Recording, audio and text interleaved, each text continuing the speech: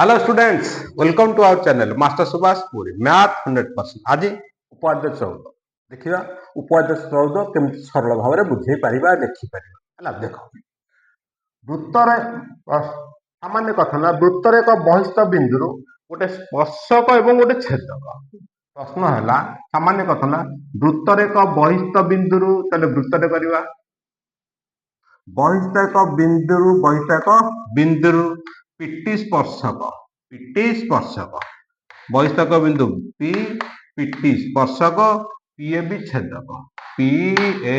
B छेदक है। दत्त जहाँ कले सीधा लिखिदवा जहाँ चित्र कले दत्त है पिटी स्पर्शक पी ए बी छेदक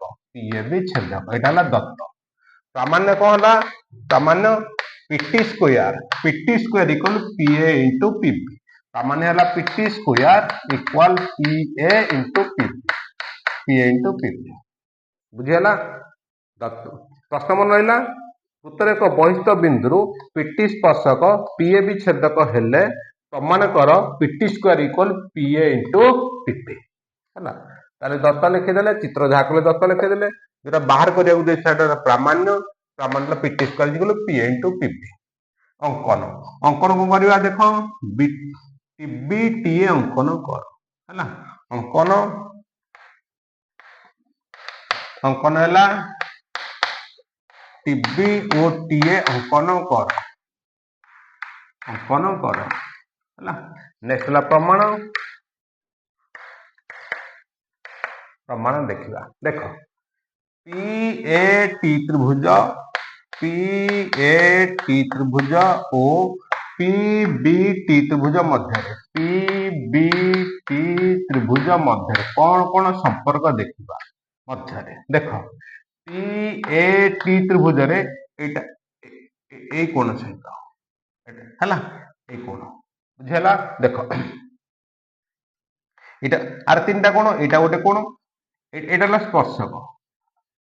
यहाँ ज्या एटा एक कोण एटा दुई कोण ए पी टी एटा तीन कोण आर तीन टा कोण बस बुझीगला। देख ताले पीएटी त्रिभुज पीबीटी त्रिभुज मध्य एटा ज्या एटा स्पर्शक ए कोण सहित ए कोण समान एटा दुई दबा है। ज्या स्पर्शक मध्य जो कोण अंकन करे एकांतर चापांतर लिखित कोण सहित समान प्रमेय 3.2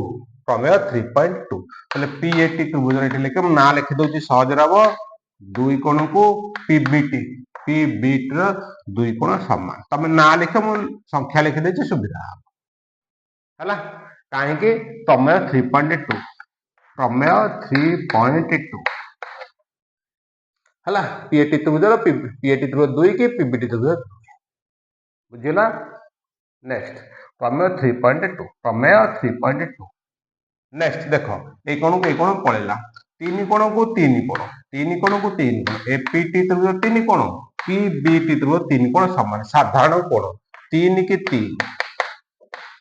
तीन साधारण कौटे साधारण कोण है। अवशिष्ट लगे तो एक त्रिभुज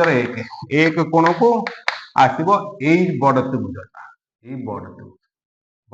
त्रिभुज बड़ कोण यहाँ आसो एक बड़ त्रिभुज है यहाँ आसो एक कोटा बड़ कोण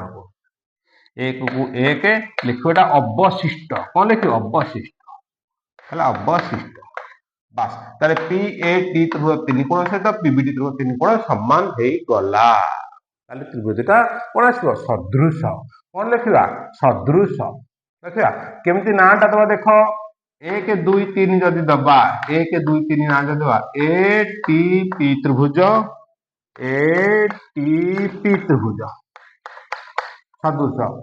एक दुई तीन एटी त्रिभुज आ बड़ त्रिभुज एक दुई तीन टी बी पी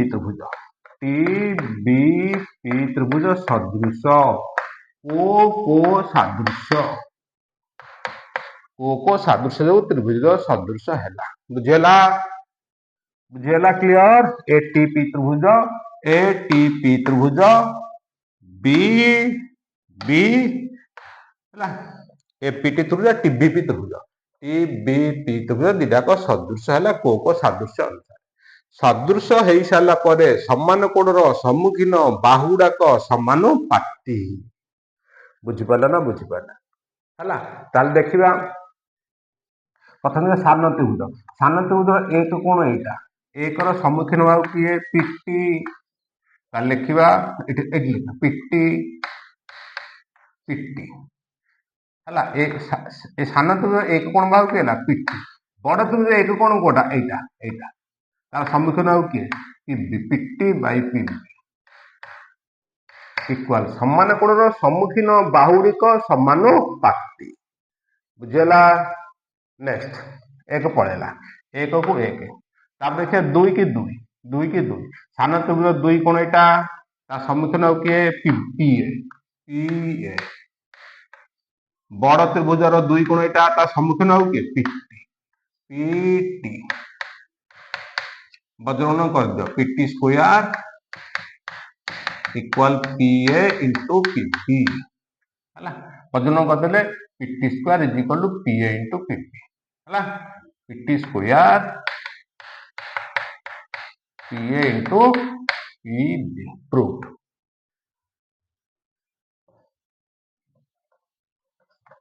है आपको वज्रगणन कर PT square is equal to PA into PB है सब सहज तुम ना लिख मुझे तुमको बुझा ना एक दुई तीन दे बुझा सहज आ कि ना है आउ थे कहीदे देख आउ थे कहीदे देख दुई कोण को ये कोण सामान है बुझिपारे तार द्वारा चापांत लिखित कोण फास्ट से दुई की दुई पड़ा कमन कोण अवशिष्ट तृतीय कोण समान कोण सामान जो कोण को जो कोण सामान तार सम्मुखीन बाहुड़ाक समानुपाती कर जिनसा पाई ओके लेख